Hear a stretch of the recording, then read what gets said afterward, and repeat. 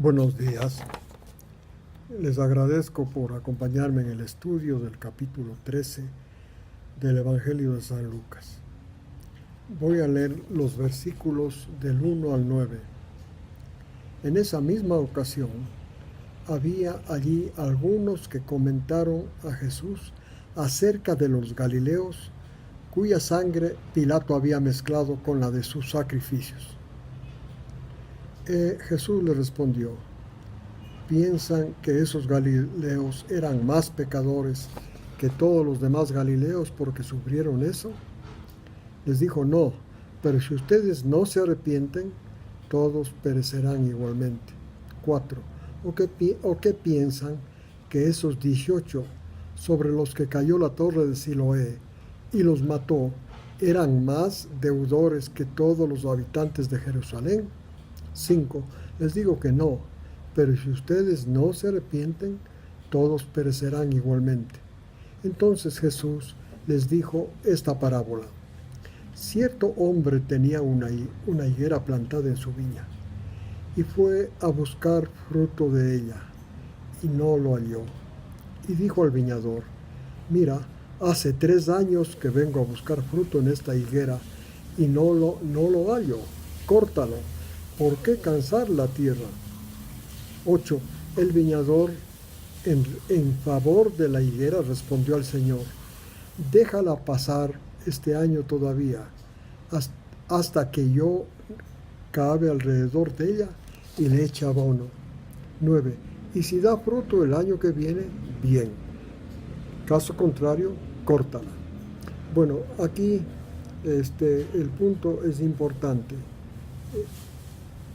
Siempre se piensa y siempre se pensaba pues en Israel que las tragedias que ocurrían eran consecuencia de los pecados. Pero Jesús contradice esta teoría.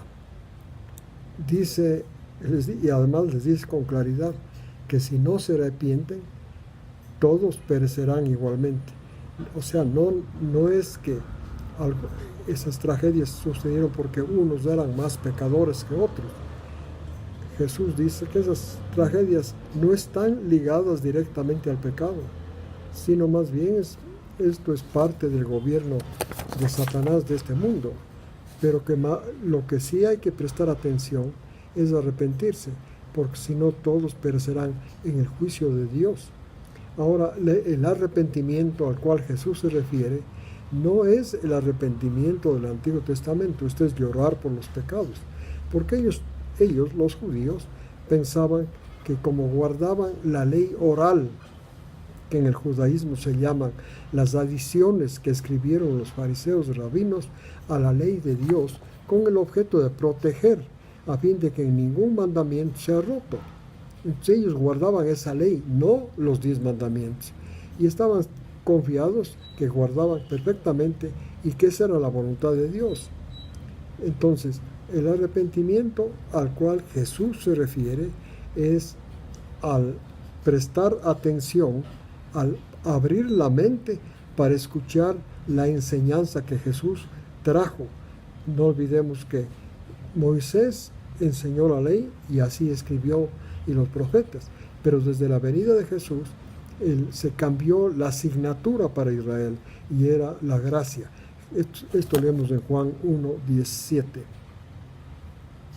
Y entonces Jesús está hablándoles del arrepentimiento. Esto es de prestar atención a la nueva enseñanza, a cambiar de página mental, entrar a estudiar una nueva asignatura. Bien, Jesús les dijo, para respaldar lo que acababa de decir, que se arrepientan, Jesús buscaba fruto y Dios busca fruto. El fruto que esperaba de esos judíos era que le presten atención a Él. Repito, Él vino a enseñar con su vida y su palabra la gracia. Jesús quería, Dios quiere que se preste atención a la enseñanza de Jesús. Entonces digo esta parábola: un hombre tenía una higuera plantada en su viña y fue a buscar fruto de ella y no la halló. Y dijo al viñador: mira, hace 3 años que vengo a buscar el fruto en esta viña y no la hallo. Entonces el viñador, en favor de la higuera, dijo, mira, hace 3 años, perdón, el viñador, hablando en favor de la higuera, le dijo, deja pasar este año todavía, hasta que yo cabe alrededor de ella y eche abono. Y si da fruto el año próximo, bien, en caso contrario, córtalo. El fruto, repito, que Jesús esperaba era que le presten atención a su enseñanza. Pasó la asignatura de la ley. No es que la ley, lo de la ley no tenía valor, no, al contrario, un valor extraordinario, porque el valor, la ley permite que la persona llegue a tener necesidad de Jesús, al entender, porque es el papel de la ley, que no puede guardar la ley, que es un pecador. En otras palabras, la ley vino para que el pecado, ese que recibimos de herencia de Adán, no permanezca más en la oscuridad, oculto, sino más bien que sea conocido sus efectos del pecado, y para esto es la ley de Dios, para que aparezcan los frutos del pecado que heredamos de Adán, que son las violaciones a la ley. Esto de que la higuera pues se refería a Israel, que fue plantada en el territorio que Dios conquistó para Israel, porque no olvidemos que el resto de la tierra estaba bajo el poder de Satanás. Y entonces ahí sembró la higuera, que es Israel, no dio fruto y le iba a dejar de prestar atención. No permanentemente, como ya sabemos por las profecías, que al fin del tiempo tienen 7 años otra vez los judíos, los israelitas, en los cuales Dios les va a prestar atención y van a ser el objeto de la furia de Satanás, encabezada por el anticristo. Versículos 10 al 17. Jesús estaba enseñando en un día de reposo en la sinagoga, y había allí una mujer que durante 18 años tenía una enfermedad causada por un espíritu. Estaba encorvada, era una mujer curva, y de ninguna manera podía enderezarse. Cuando Jesús la vio, dice el versículo 12, la llamó y le dijo, mujer, has quedado libre de tu enfermedad. 13, puso sus manos sobre ellas, y al instante la mujer se enderezó y empezó a glorificar a Dios. 14, pero el oficial de la sinagoga donde ocurrió esta señal de Jesús, indignado porque Jesús la había sanado en día sábado, reaccionó diciendo a la mujer, dirigiéndose a la mujer, hay 6 días en los cuales se debe trabajar. Vengan pues en esos días y sean sanados, pero no en el día de reposo. 15. Jesús enseguida reaccionó y respondió, dijo, hipócritas, ¿no desata cada uno de ustedes su buey o su asno del pesebre en el día de reposo y lo lleva a beber? Y esta hija de Abraham, a la que Satanás tenía atada durante 18 años, ¿no debía ser desatada de su ligadura en un día sábado? Al decir esto, todos sus adversarios se avergonzaban, pero la multitud se regocijó por las cosas que él hacía. Aquí Jesús les llamó a estos líderes religiosos hipócritas, porque una era su enseñanza y otra era su práctica. Ellos hablaban de no trabajar en el día sábado, pero como Jesús dice, llevaban sus animales para darles agua. Versículos 18 al 21. Entonces Jesús decía, ¿a qué es semejante el reino de Dios? Porque no olvidemos que Jesús vino a anunciar el reino de Dios, un reino de Dios desconocido. Israel no era el reino de Dios. Israel estaba bajo la ley. Esto es, tenía otra función, no era el reino de Dios. El reino de Dios es el reino de la gracia. Este es el reino que Jesús vino a anunciar. Y entonces, para que comprendan, dice, ¿con qué lo compararé? Versículo 19. Jesús, después de decir esto, dice, el reino de Dios es semejante a un grano de mostaza que un hombre tomó, echó en su huerto y creció, se hizo un árbol y las aves del cielo anidaron en sus ramas.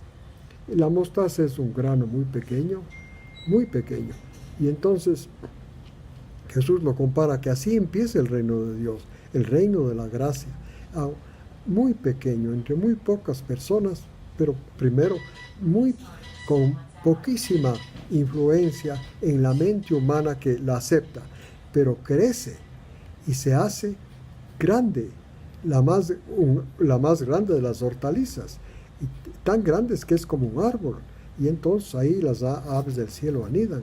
Esto de esta forma mostró cómo el reino de la gracia empieza muy pobre, muy lentamente, pequeño en la mente humana, pero que luego va tomando posesión de la mente que camina en fe y lo abarca totalmente. También en el versículo 20 dice, volvió a decir, ¿con qué compararé el reino de Dios? Es semejante a la levadura que una mujer tomó y escondió en 3 medidas de harina, hasta que todo fermentó o leudó. Entonces también el reino de la gracia, obrando en la mente que empieza a recibir la gracia, esto es, la gracia es la historia de Jesús. Empieza a recibir la historia de Jesús. Esta es muy pequeño en la mente, tiene muy poca influencia en la mente de una persona que empieza, pero es como la levadura, Jesús lo comparó, que una mujer puso en 39 kilos de harina, una gran cantidad, y la levadura empezó a obrar en grano por grano de harina hasta que todo lo fermentó o leudó. Así es la acción, la actividad del reino de la gracia en la mente de una persona que recibe la historia de Jesús. Versículos 22 al 30. Pasaba Jesús por ciudades y aldeas, enseñando mientras proseguía su camino a Jerusalén. Este era el último viaje que iba a hacer a Jerusalén, ahí lo iban a matar. Jesús sabía, por esto que iba hizo una decisión total de no importa lo que pase, iba a llegar a Jerusalén para ser sacrificado como el Cordero de Dios. Y entonces caminó con valentía y decisión, esto quería decir, hacia Jerusalén. Muy bien, el versículo 23, alguien se acercó a Jesús y le preguntó, ¿son pocos los que se salvan? Los que se salvan son los que aceptan la historia de Jesús y reciben en su mente, empiezan sin saberlo, el reino de la gracia. Y entonces Jesús contestó, el 24, esfuércense por entrar en la puerta estrecha, porque les digo que muchos tratarán de entrar y no podrán. Y después que el dueño de la casa, versículo 25, se levante y cierre la puerta, y ustedes estando fuera, comiencen a llamar a la puerta diciendo, Señor, ábrenos, Él respondiendo les dirá, no sé de dónde son.